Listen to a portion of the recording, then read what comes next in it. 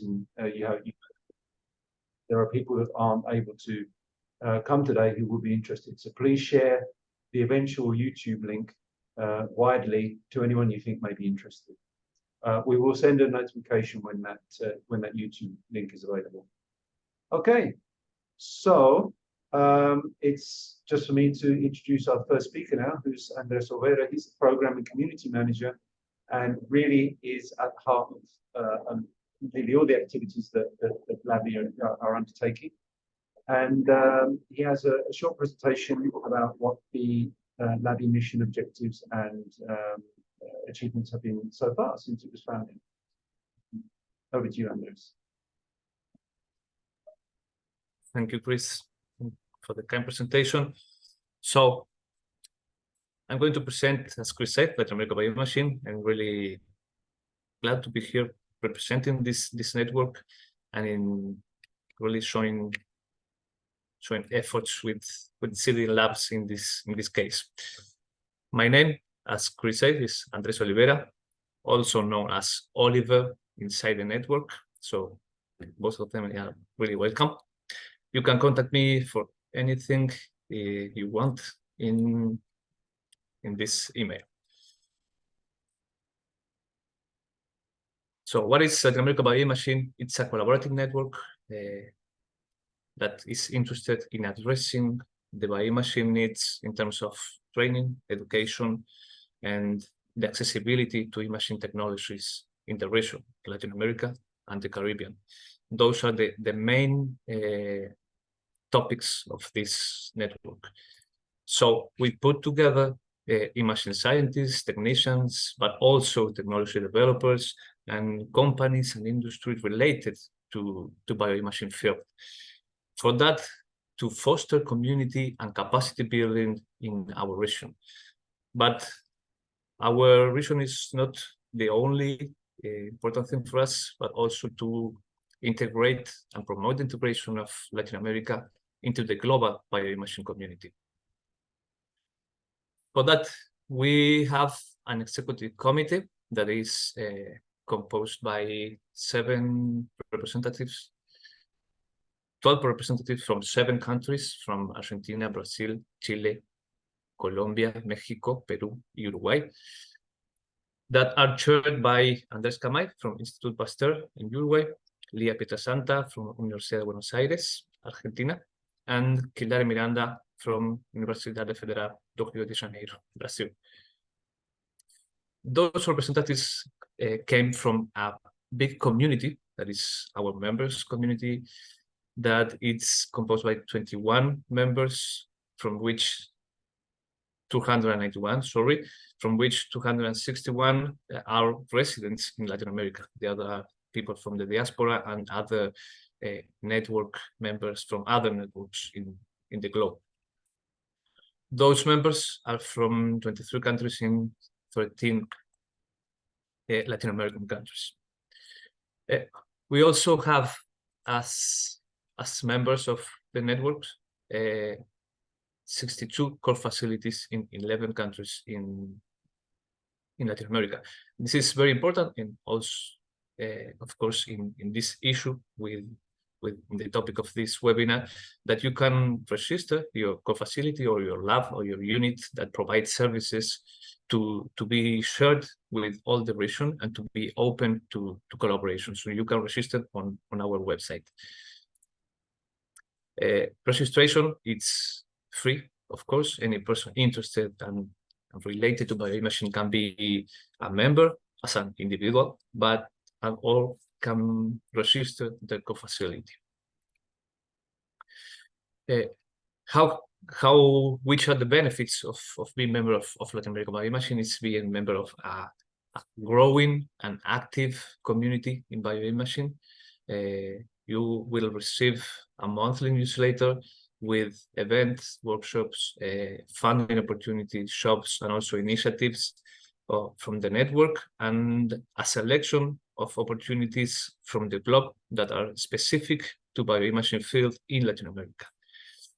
You can also apply to the training and career development programs that we have as an activity, and to be part and collaborate inside the working groups that we have now, and we are going to develop more groups, and I will describe a little more after this. So how LABI can establish the activities between these three pillars of building community, capacities, and promote it, and our global integration? It's by having a centralized space, updated space with to interact with our community. That is our website that we launch a month before, in which we have news, of course, but we also have event, courses, workshops. You can register your course, your workshop in our website, as we are partner of a big community. And you will also have the guidelines for the training opportunities and the core facility dashboard that I mentioned before. We have also support training and career development programs. This is really important, not only for the general community in bioimaging, but also we have a specific program. That is the third program of training that is for core facility staff. And that means labs, units that bring services to interact. The second program is to make courses, specific courses for facilities, like management or to learn some specific technique, and other program to have an exchange of experience in other labs. These programs are being called on a regular basis of 2 calls per year. We have on the first call 7 grantees, and we just closed in the last week the second call of this year that will have activities until half of the next year. And this regular basis will be called all the training opportunities. We are going to support at least 21 grantees per year, and 63 during the next 3 years. We also address regional needs, collaborating inside working groups. We have internal working groups for now, which prepare organizing the LABI meeting and the governance that will be soon open. And we have training and education working group, communication, collaboration with partners, and we are in developing, that is in formative stages, the outreach working group and equity and diversity and the corporate industry, that all of them will be launched on the LABI meeting.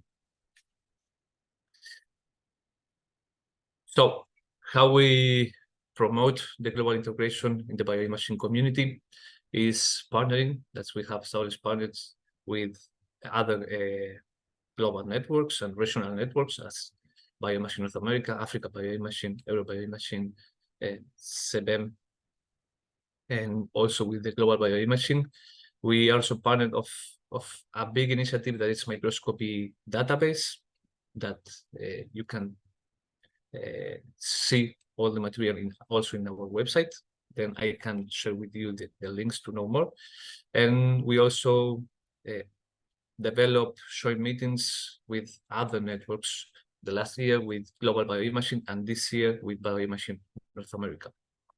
We are working in new partnerships like this with Seguinos Labs to continue going deep in collaboration.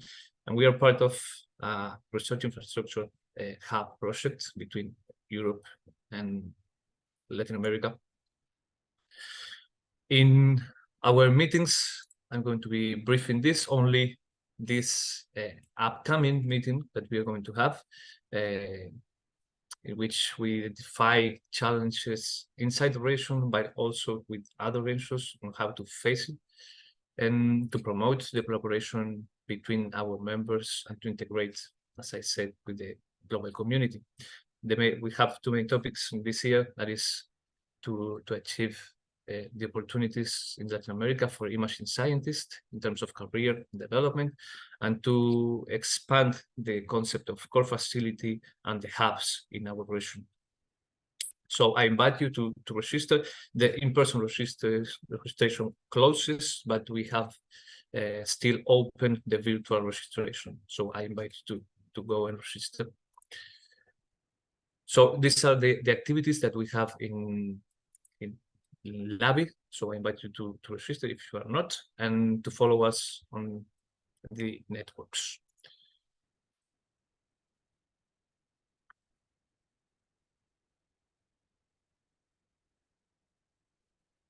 Okay, just posting those links in. Thank you very much, Andres. It's an excellent summary of the projects and the missions and the objectives of LABI. Our second speaker today, we're going to move across now to our partner organization, Seeding Labs, for this meeting. And it's a pleasure to welcome Cristina Viola Srivastava, who's the Vice President of the programs at Seeding Labs, and who will present an introduction and the information that we're all keen to hear about, which is exactly how we can start working together with Seeding Labs to help instrumental access, support instrumental access in Latin America. Please go ahead, Christine. All right, thank you, Chris. Hello, everyone. Let me share my screen. Can you see that? Yep, that looks fine. Okay, great. So hello, welcome everyone. Thanks so much for joining us.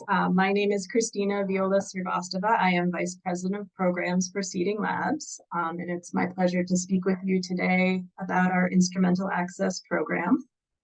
I have a colleague here with me today, Michaela, so I will let her introduce herself. Hello, everyone. My name is Michaela Liaska, and I'm the Program Specialist of Metrics and Evaluation here at Seeding Labs. So it's a pleasure to meet you all and speak with you today. All right, so the purpose here is to introduce Seeding Labs and our Instrumental Access Program to LABI's network. As much as possible, we want this to be a conversation, so please feel free to ask questions or put them into the chat anytime, and we'll be happy to answer them as we go along or afterwards, whatever works better for you. So to get started, a little bit of background about Seeding Labs. We are a US-based non-governmental organization. We've been operating since 2008, so about 15 years now. Our mission is to increase access to resources for science in developing countries. And in general, we believe that science is a particularly powerful tool for development, and that it's therefore particularly important that scientists in low and middle income countries should have all the tools they need to teach their students and solve problems for their communities. The idea for Seeding Labs came from our founder, Dr. Nina Dudnick, and Nina completed her undergraduate work in the US and then traveled to Côte d'Ivoire in West Africa to work at a rice genetics research lab before returning to do her PhD at Harvard University. What struck her was that there was no difference between the two locations in talent or expertise or dedication, but there was a very large difference in the level of resources available. So she decided to try to do something to change that. And Seeding Labs actually started as a graduate student group at Harvard University, where the graduate students would go around and collect equipment that wasn't being used from different labs and then send it home with fellow graduate students who were returning to their home countries to start new labs. And we grew from there into an NGO that we are now today. We have a team of 9 employees based in Boston, Massachusetts, in the United States. Our approach to supporting scientists consists of 3 key components. First is to develop a pipeline of scientists and institutions in the developing world that have the vision, talent, motivation, and expertise to excel in research and teaching, but don't always have access to resources. Second, we partner with donors who do have the resources to spare and an interest in seeing science flourish everywhere. Our donors include equipment manufacturers like Thermo Fisher, who are pictured here, pharmaceutical companies, biotech companies, and many others. And third, we see it as our role to facilitate connections between the two. So now my colleague Michaela will tell you a little bit about our instrumental access program. Thank you. So Instrumental Access is our signature program. We partner with university science departments and sometimes research institutes to provide a shipping container full of surplus laboratory equipment, glassware, and consumables. The contents of each shipment are unique, chosen by the awardee, who shops in our inventory of donated items to select the items that would best meet their needs for teaching and research.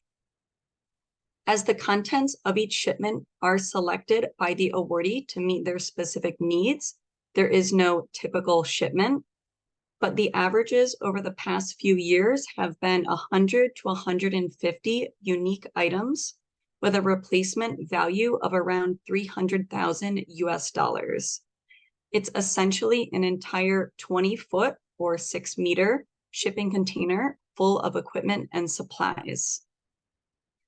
To date, we've sent out 137 shipments to 39 countries worldwide, consisting of equipment that would cost more than $48 million US to replace. In Latin America and the Caribbean, we've shipped to the Dominican Republic, Jamaica, Mexico, Ecuador, Brazil, Peru, Uruguay, and Colombia. Next slide. Next, I'll talk a little bit about how the program works. So first, throughout the year, Seeding Labs solicits donations of surplus laboratory equipment and supplies from our network of 200 plus equipment donors. We accept donations of new and used laboratory equipment, glassware, and consumables. Donated equipment and glassware can either be new or gently used, so long as it is in good working order, and consumables are always new and in full unopened cases. The majority of our donations are general purpose equipment for biology and chemistry. We get a lot of smaller benchtop equipment as well as larger general purpose items such as refrigerators and freezers and hoods. Since this group here today is particularly interested in bioimaging, we see a fair amount of basic light and fluorescent microscopes. Occasionally, we receive a more specialized microscope, but not in large enough quantities to count on. We do have a good source for flow cytometers and can often procure them when needed. After equipment is received, inventoried, and checked for quality, it is stored at our warehouse near Boston, Massachusetts, United States, until it is selected for a shipment. Next, we select our awardees, institutions who will receive the equipment, competitively, and I'll describe this process in more detail in a few minutes. After they're accepted into the program, instrumental access awardees have an opportunity to shop in our available inventory during a specific 3-week period to choose the items that will comprise their shipment. Once we've agreed on the contents of a shipment, awardees pay a cost share. We call this a program fee. The current rates are $27,800 or $35,100 US, depending on the awardee's country of origin. When the fee is paid and all the necessary paperwork is in place, we ship the equipment at our expense in a 20-foot container via ocean freight. When the equipment arrives at the nearest ocean port, the awardee clears customs and then brings the container to their campus. After that, the equipment belongs to the awardee, so it is yours to keep and use for research and teaching. Okay, next, I'll speak briefly about eligibility requirements for anyone interested in applying for the program, and then maybe we can pause for questions if you have any. So there are 4 eligibility requirements. The first is institution type. Most of our applicants are colleges or universities. We are also open to university-affiliated research institutes or public research institutes, so things like national institutes. We are not open to for-profit businesses, hospitals and clinics, secondary schools, non-university NGOs, or any other type of institution. The second requirement has to do with the institutional subunit. So the majority of our applicants are academic departments at institutions, but we sometimes work with whole schools or colleges, depending on the situation. And we can also be flexible if you have a specific need. When in doubt, chat with us, but core facilities generally are eligible. The only limit on that is we do not work with individual lab groups or individuals, but institutions can choose to distribute their equipment however they choose.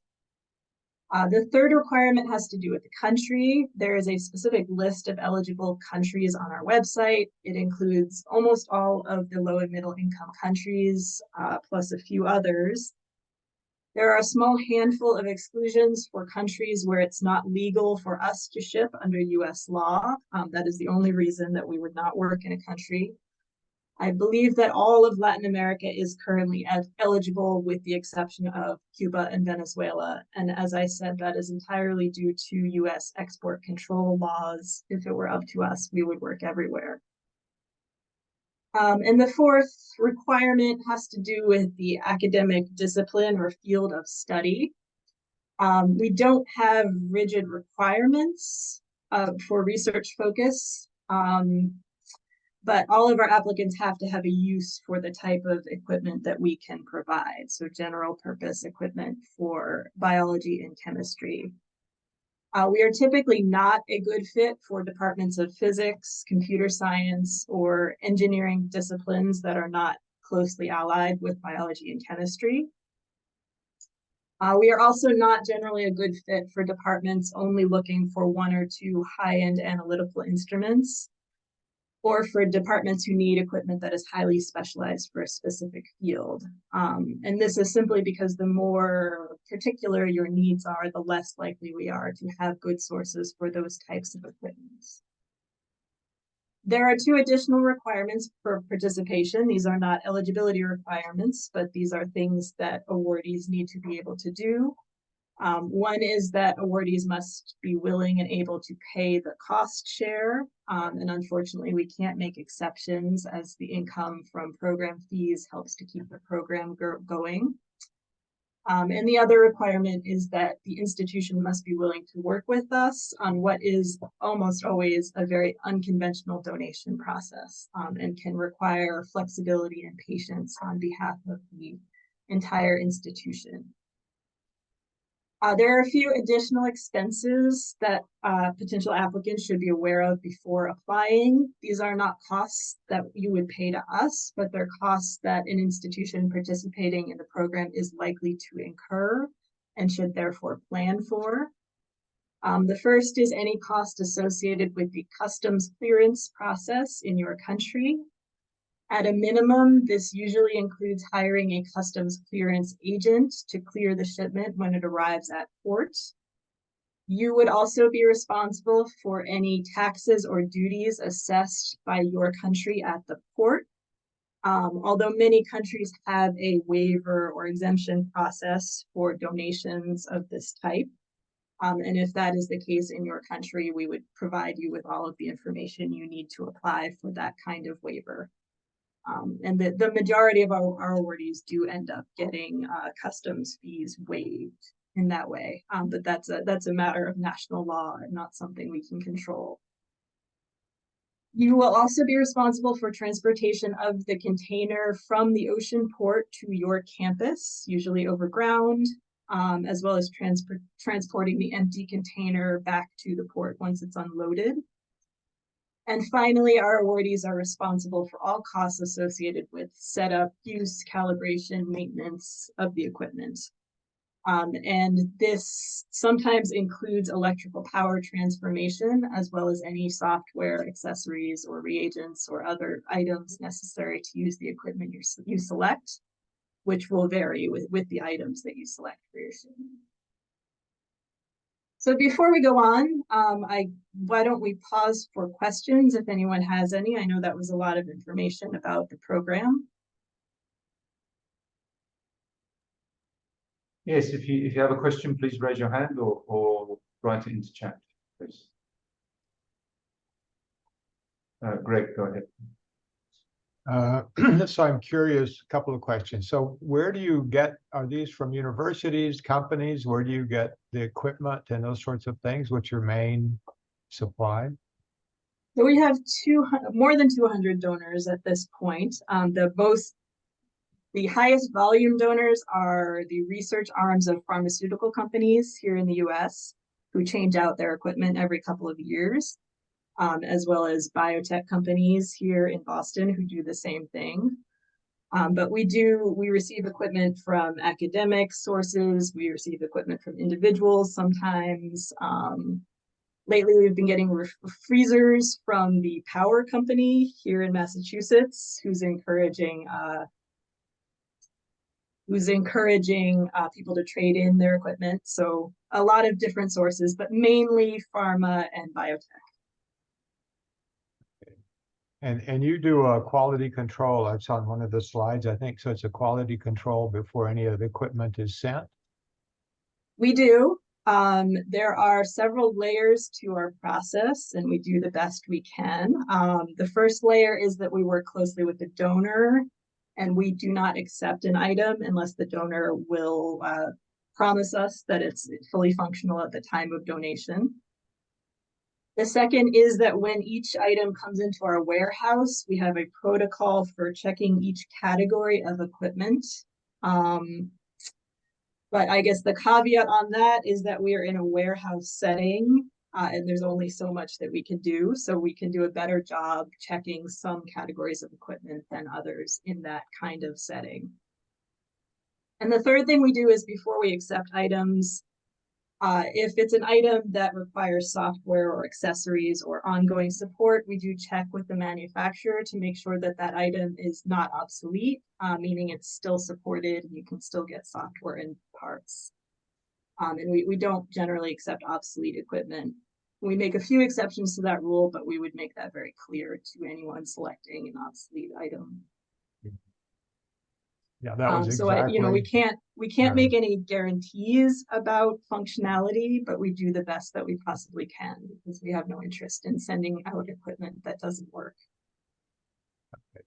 That was one of the questions about whether there was any guarantee or still covered by obsolescence. But the last thing I want to ask is do you have is there a way that I can go in and see what sort of material? Do you have all of your inventory listed, or did you have to get a grant first and then you do the selection? It is the second one for the simple reason that our inventory turns over all the time as groups are selecting items and as new donations are coming in. So what we have on hand right now is not what we would have on hand in 6 months or a year when it might be your turn to select. So for that reason, we don't publicize what we have on hand now, just because we don't want people to be counting on, well, you had that thing when I saw the list, so why don't you have it now? Yeah. We can make guesses. I've been watching our inventory for almost a decade now, so I can make guesses about what we're likely to have on hand and what we're not. But there is a bit of luck involved based on when you are selecting and exactly what you need and what our inventory looks like at that point. We do always have, it's usually around $3 to $4 million of inventory on hand in a wide variety of categories, but it does change quite a bit from time to time. Okay, thank you. Thank you. We have a couple more questions. We have one in the text, which we'll go to first, and then Andres Romero has his hand raised. So from the chat, the question is from Adan Guerrero in UNAM, in Mexico. Once you donate, what kind of follow-up are you expecting? And thank you for giving us this talk. Certainly. So we do have a process. Actually, it is run by Michaela, who is on the webinar now. We ask for very brief survey reports annually, mostly focused on whether the equipment is in use, as well as we would like to know about all the wonderful things that you're doing with the equipment. Our reporting process is very non-burdensome. And we're happy to have conversations with you as often as you would like, and to help you publicize your work if that's of interest to you. But in general, we don't expect much, maybe 15 minutes of answering a survey per year in terms of follow-up. Although we are happy to be as engaged with our awardees as they would like to be with us. Thank you. Andres Fameno, please. Hi, everyone. Thank you for organizing this. So my question is if you can elaborate a little bit more about your availability and donations related to microscopy material, particularly laser-based microscopy. I mean, is it still considered like a highly specific analytical tool? Because, I mean, in cell biology, you know, everyone is using a laser-based microscope in one way or another, right? A confocal, a spin, or something like that. How is the influx you get, and yeah, that sort of thing. Thank you. So we have been offered one or two over time, but it's not an item that we normally have in stock. It would be relatively rare for us to have access to that technology, although we are always asking. We're entirely donation based, so we don't have that much control over what we are offered. But that is certainly on our list of things that we do request all the time. And yes, if I could come in here, Seeding Labs are also working with, well, we're working with Latin American Bioimaging and also Bioimaging North America. One of the areas that we're exploring is potentially opening up more contacts to the microscopy suppliers or institutions that may have microscopes available to donate that possibly haven't been able to or haven't thought about that until now. So we are exploring possibilities to actually increase the amount of equipment that could be donated in that area. So it is something we're actively exploring across a couple of the organizations.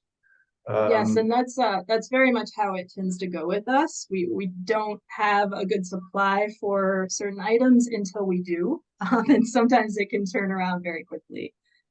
So items that it's impossible for us to get for years, suddenly we have more of than we know what to do with.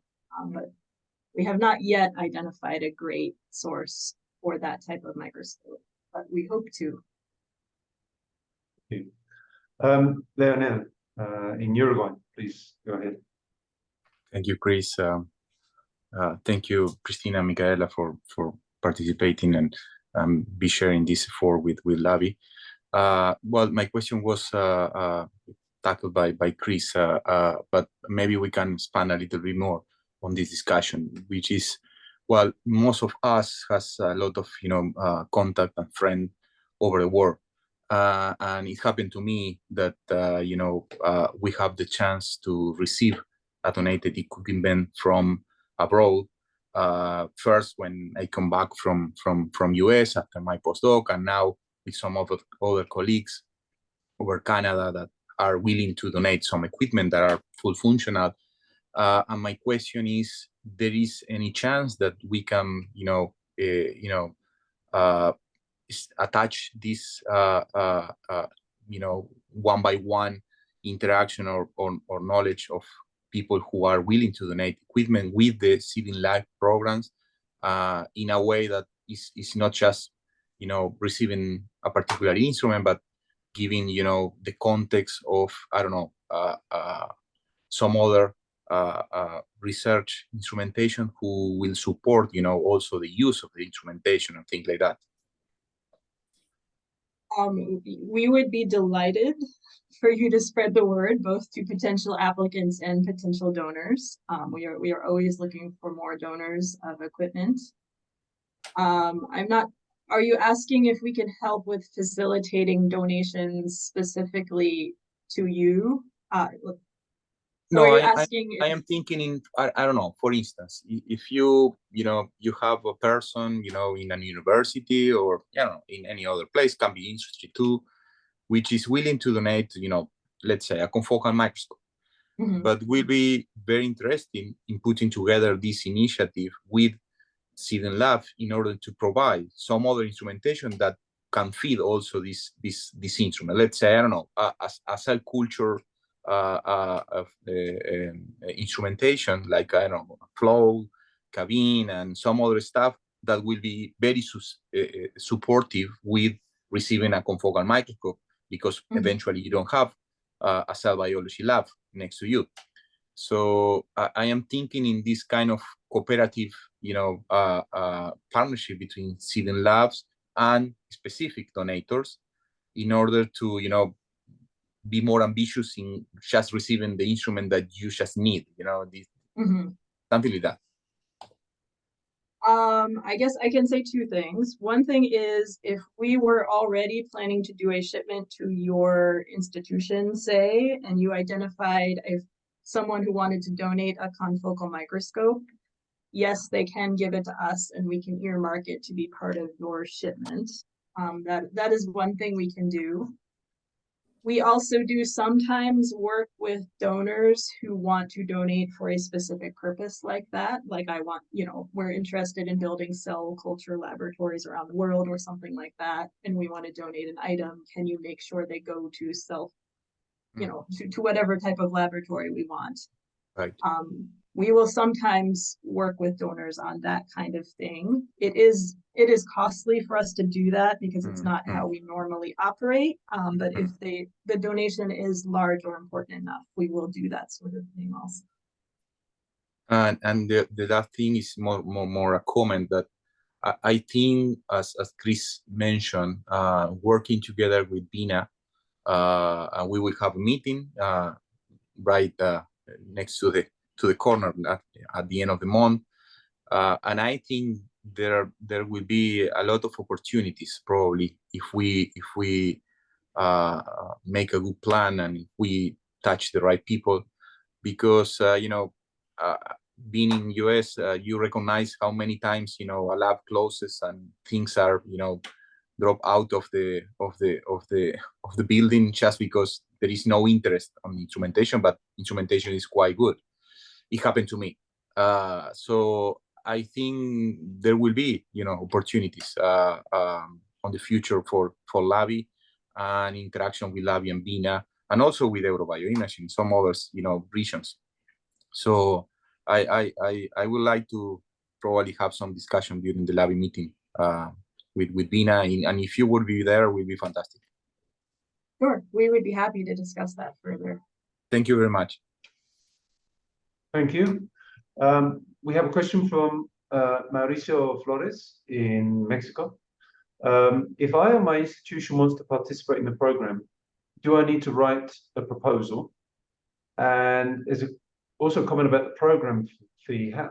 How has this generally worked since he mentions that many government institutions, at least in Mexico, are not generally willing to give this money for these purposes. It's quite a, shall we say, quite a bureaucratically restricted process to actually put money on the table, especially for institutions that are in another country. So I don't know if you've had if you can talk about your experience about that. Sure. Well, actually, we paused the presentation, but we were actually just about to speak about the application process. So why don't I let Michaela take that question in just a moment. Regarding the program fee, it is quite difficult. We recognize that. We regret it. It's a necessary evil at this point because we simply don't have the external funding to keep the program going without the program fees. It can be a barrier. We have now worked twice with national universities in Mexico who have been able to get the funding allocated. I do not know the details of how they did it, but we would be happy to put you in touch with them if you would like to ask them yourselves. And we recognize that that getting the funding allocated is a limitation of the program. It's one that we cannot avoid right now, and we do not have a lot of insight into how it works at each individual institution. I suspect differently for each institution in each country. But if you would like us to make connections to our awardees, we would be happy to do that. Within the Mexican community, we can certainly open a conversation about strategies and maybe even in interinstitutional collaborations try and help these matters along. Okay, well, you just mentioned that there's another part of the presentation. We also have another speaker, Gustavo Salinas, lined up. So we're going to move on. Thank you for your questions and thank you for the answers. And we will continue on with the rest of the slides. Thank you very much. Thank you. So now I'll provide a little bit more detail about the application and selection process. So if you would like to apply to the program, you would start by submitting a written application via our website, seedinglabs.org. Here you will be required to complete the application with questions to answer and a few documents to upload, including letters of support signed by your department and the university administration. We accept applications all year long on a rolling basis, so you can submit an application whenever you are ready.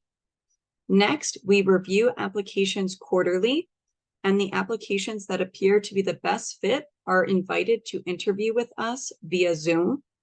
The purpose of that interview is to get to know each other a little bit better and to talk in more detail about the application and how the program works. Top applicants coming out of the interview round are offered a specific equipment selection slot. This is the 3-week period when they would shop in our inventory to select the items that they would have in their shipment. These periods are staggered throughout the year. We have about 1 to 2 per month so that awardees do not overlap when they are making selections. If the applicant wishes to accept, they confirm the offered dates for equipment selection and the payment of the program fee. After that, we will sign a detailed letter of agreement between our two institutions that describes the donation and everyone's role and responsibilities. Upon signing the letter of agreement, the applicant officially becomes an awardee and the equipment selection slot is reserved. As I mentioned, the application is operating on a rolling basis so that you are welcome to submit an application at a time that is most convenient for you, and it will still be considered for review at the next deadline so long as it is complete. The deadlines reflected here are also on our website and indicate the times which the application reviewing will begin. For example, the next application deadline is the 13th of October of this year, then the 17th of February 2024, and the 17th of May 2024. If the application is submitted after the most recent closing window, then it will be reviewed in the next application group deadline. I will now take a moment to ask if anyone has questions regarding the application process. Once again, please raise your hand or place a question into the chat.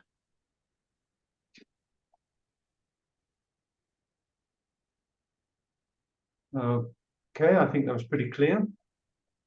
So, Michaela, do you have any more to present? Yes, okay, let's look. Okay, so I'll go through this quickly, but we just wanted to talk briefly about impacts of the program. The impact that matters most to us as Seeding Labs is that our equipment enables awardees to make progress towards their own goals for research, teaching, and capacity building, whatever those goals might be, and they are usually many and different for each and every institution. That makes it extremely difficult to measure, but that's the true program goal. But as I'm sure you all know, NGOs love big numbers. So here are some of ours. We estimate that instrumental access equipment has been used by 235,000 undergraduate students, around 4,000 graduate students, and almost 3,000 researchers, scientists. We also know for sure that it's been used to help win at least $16.8 million in research funding, and that number is likely much higher because we've only heard from a small fraction of our awardees. A different way to look at impact comes from surveys of past awardees. 90% of our awardees report that their equipment helped them to engage in new research methods. 85% say that the equipment has improved the reputation of their departments. 81% say that it's increased student access to equipment.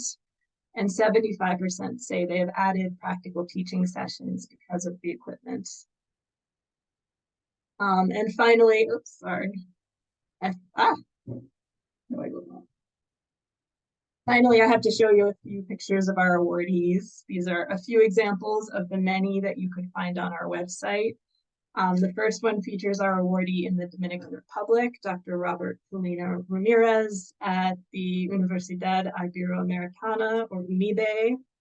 Our first shipment to UNIBE arrived in 2016 and was used to equip the newly established Institute for Tropical Medicine and Global Health. It was and is the first and only research institute dedicated to tropical and infectious diseases in the Caribbean region.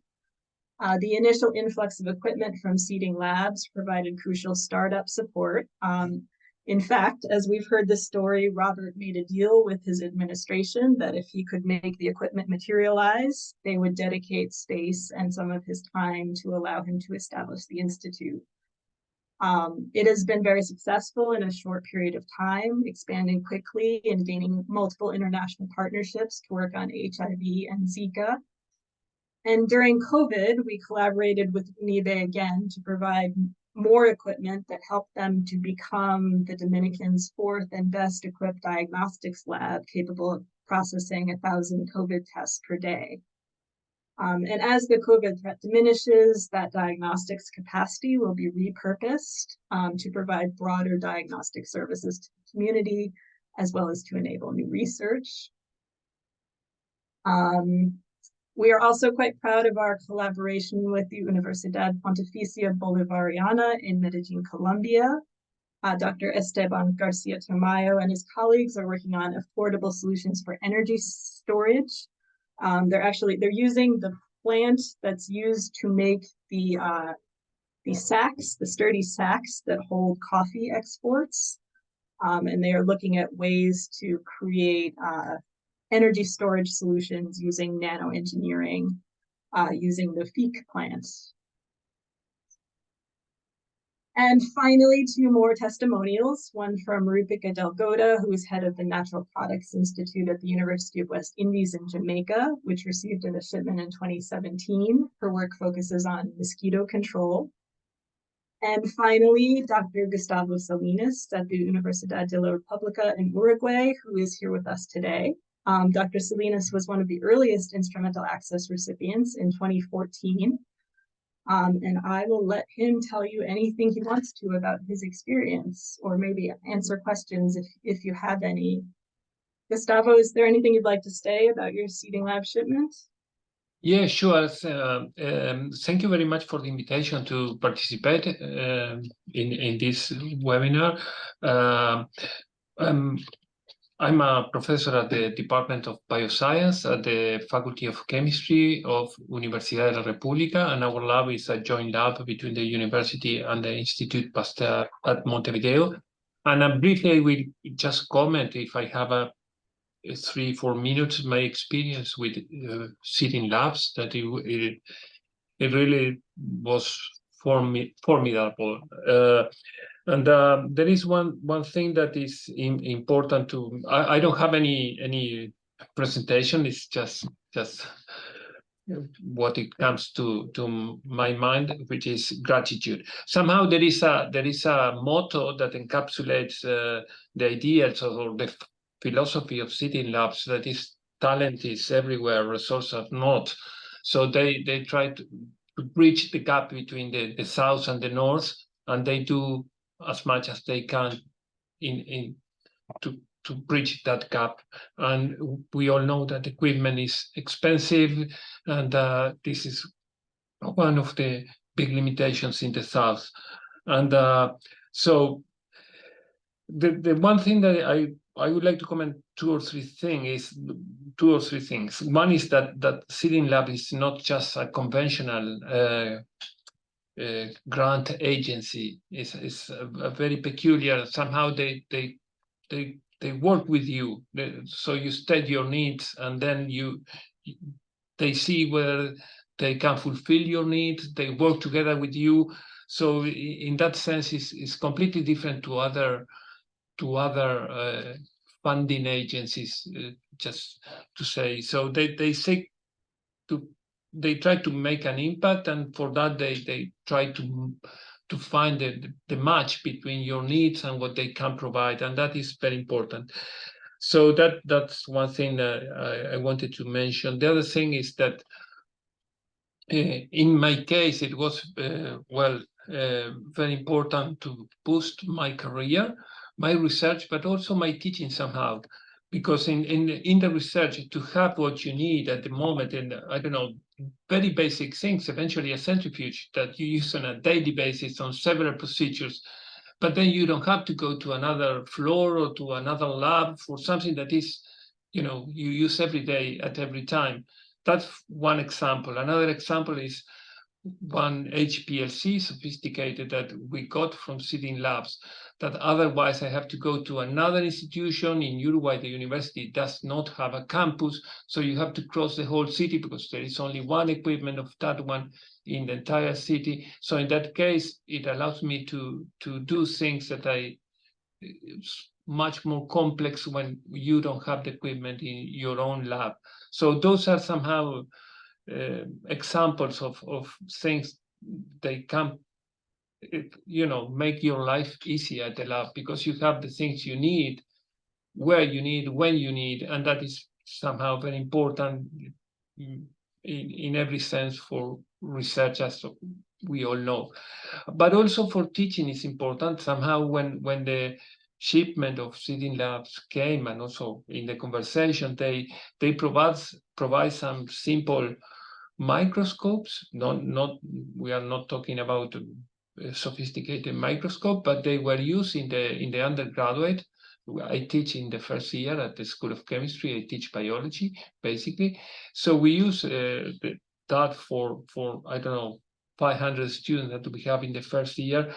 Is more microscope that are incorporated into practice.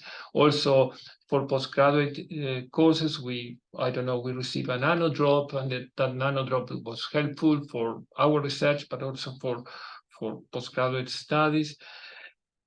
So basically, I think it's a great somehow,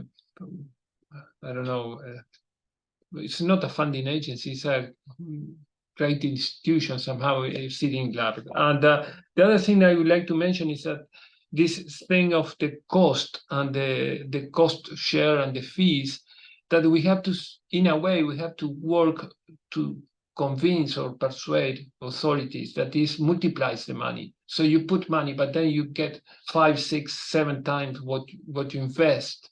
And in that sense, I don't know, knowing this Seeding Lab experience, I contact the person in charge for research in the university, trying to convince that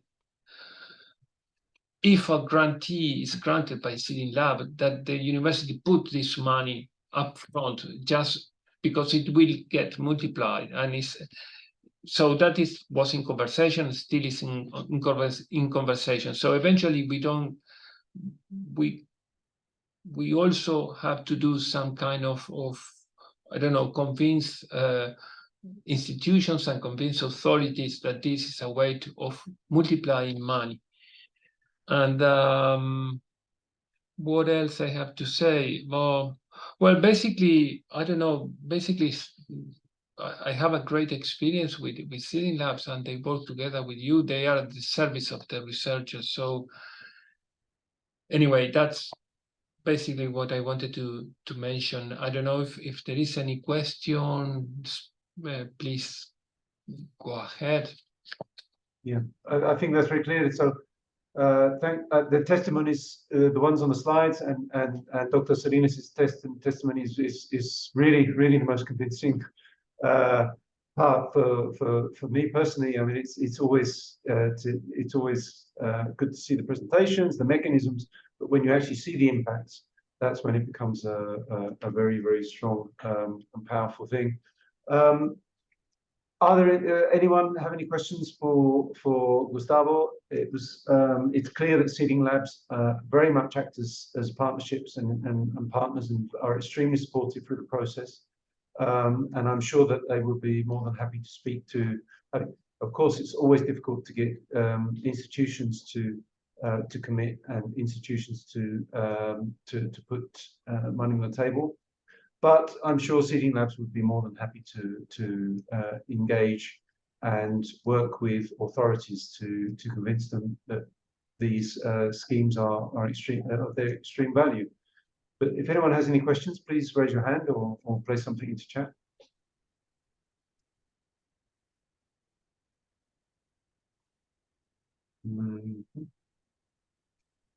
Okay. Right, well, we seem to have covered all the bases. We have, I placed into the chat, Angela. Yes, of course you can. I will translate. Please put a question in Spanish.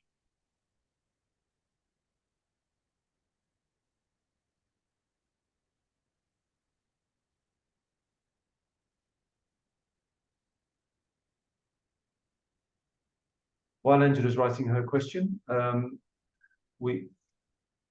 like to remind everybody that I put the links to the social media. When the video of this meeting, if you wish to share it more widely, when the video to this meeting is available, that will be announced on Twitter. Please get in touch. I got your. We'll translate for you. Please ask your question. Hola a todos, gracias, Chris. Muy interesante la propuesta, y la oportunidad que nos dan para participar. Pero nosotros, tú sabes que tenemos, como dice Mauricio, la austeridad republicana. ¿De alguna manera se puede participar, solicitar o hacer un proyecto y reducir esos costos? ¿O cómo se puede negociar de alguna manera y tener acceso a pues, algún beneficio del intercambio como laboratorio de microscopía? So again, Angela is making the point that it's really, I mean, certainly in Mexico at the minute we have a real funding crunch, and it's really difficult to find these matching funds. So have there been any? I understand that a consideration directly from Seeding Labs is not really possible, but have you? Are there any examples where institutions were able to pool resources, or have there been any particular examples that we could learn from that would be instructive for institutions that would struggle to find all of that amount? Foundations, for example, that have supported institutions, charitable foundations, for instance, that have partnered with institutions to try and help them to get the seed money, for example. So what you mentioned, foundations partnering with institutions, is something we've been thinking about a lot lately. The timing of our program makes that quite difficult because foundations want a commitment that we will definitely do the shipment before they will provide the funds, and yet we can't reserve a slot unless we know that the institution will be able to pay. So that creates a timing problem that makes it quite difficult for our awardees to ask for external funding to support the program fee.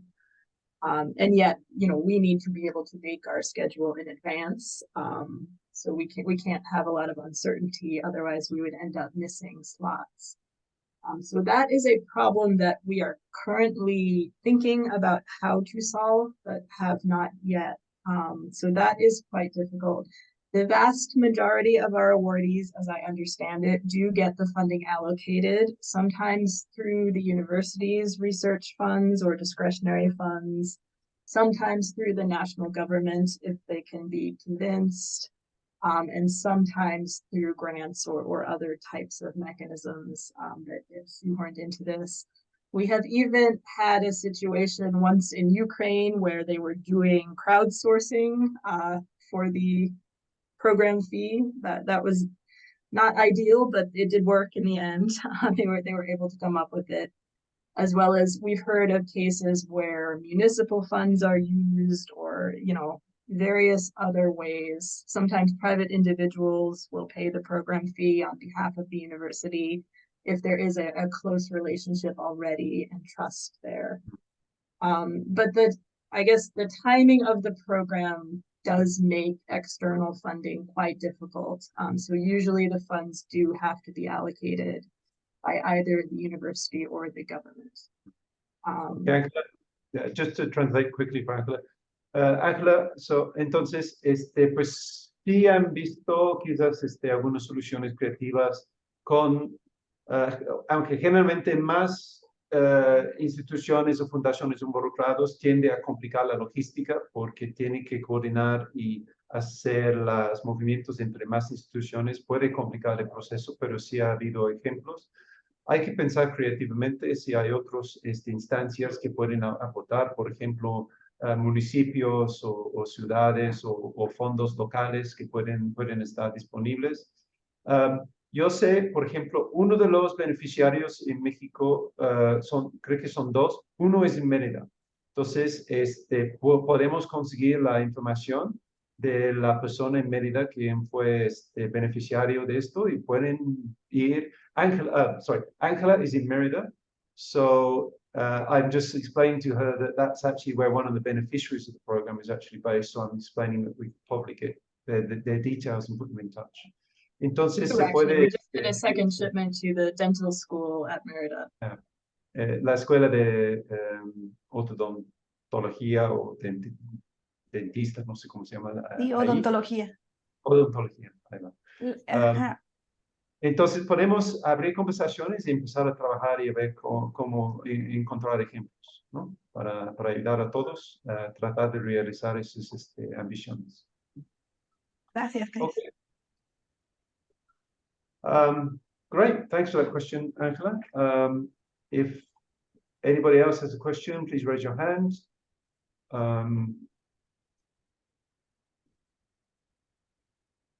Okay, well, thank you very much. As I said, we have social media channels where we'll be placing this video for future reference. If you want to go back and look at any more information, I will put the Seeding Labs website up here as well.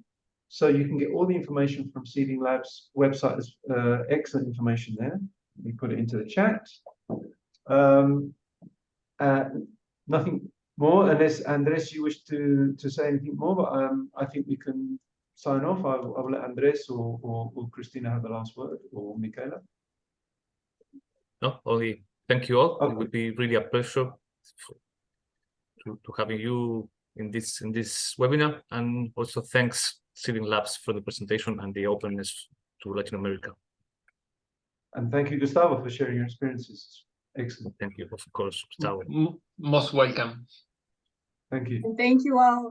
Please do feel free to contact us at application@seedinglabs.org. Michaela is the person who answers that email address, and we will be happy to answer any further questions or discuss individual situations in that way. So please don't hesitate to contact us if you'd like to have more of a discussion. Fantastic. Well, thank you very much, and excellent session, and I hope it's very informative. And let's get our thinking caps on and start thinking creatively and how we can actually start building our communities and strengthening them for the benefit of everyone in Latin America, all the science community. Thank you very much.